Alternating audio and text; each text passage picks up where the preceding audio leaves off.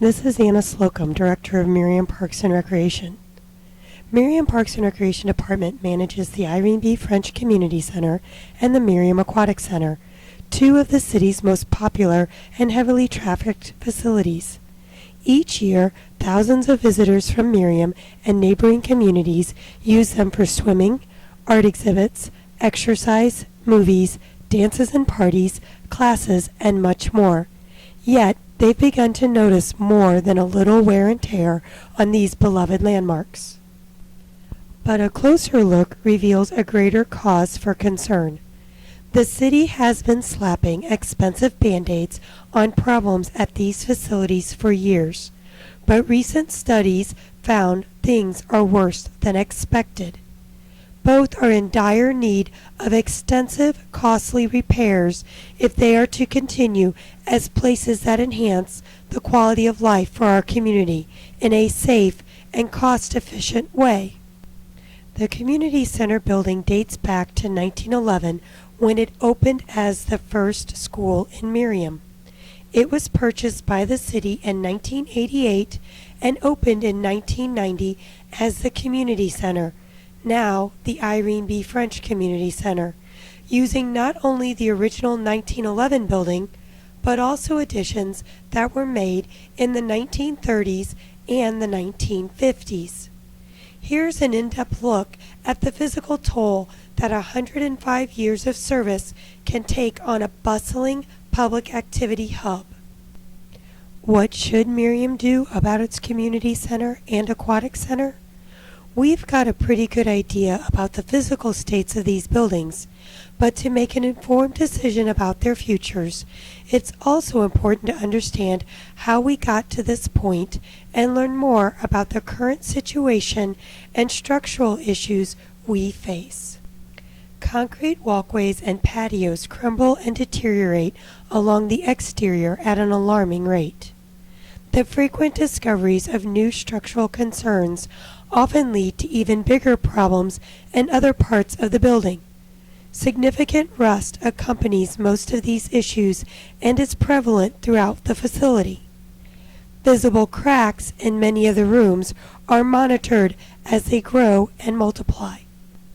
The ceiling is one of the greatest safety concerns.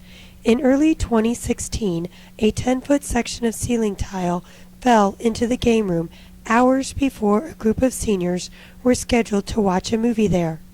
We now keep a close eye on ceilings as well, and remove tiles in 3 rooms to prevent future damage.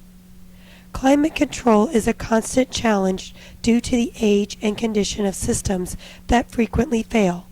There are 23 air handlers in various rooms, and there is very limited room temperature control. HVAC failure often results in massive flooding, unpleasant odors, and discomfort for patrons.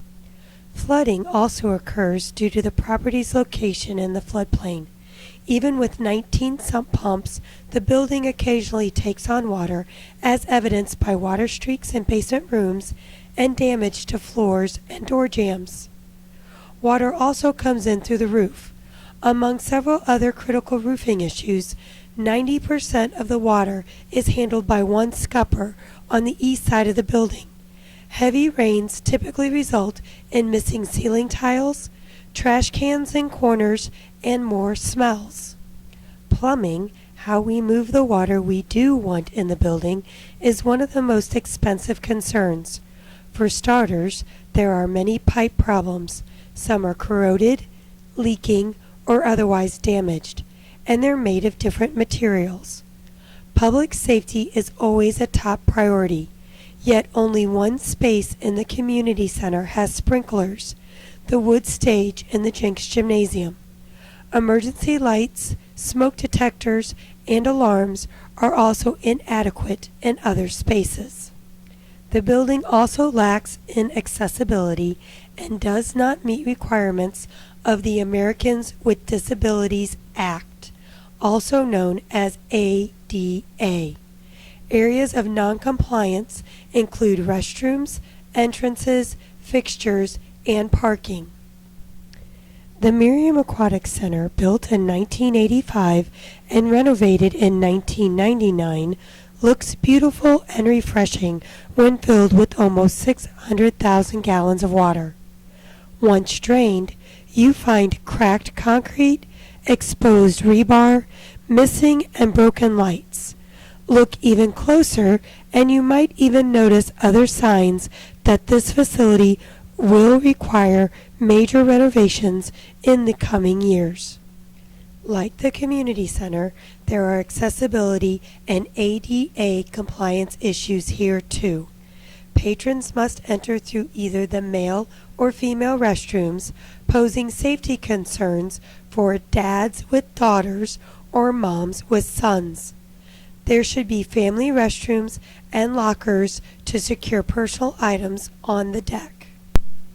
But the major concerns are beneath the surface, and fixing them will require an overhaul of all the mechanical systems.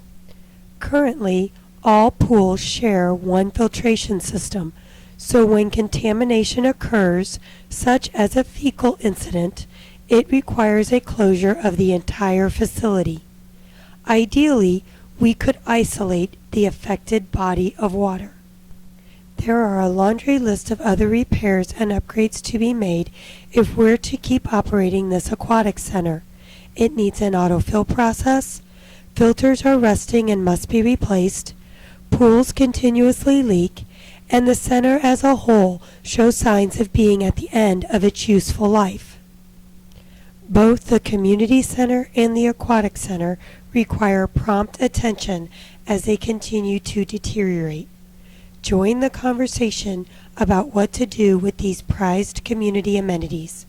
Your input is needed to ensure the City of Merriam provides the services and facilities you want now and in the future.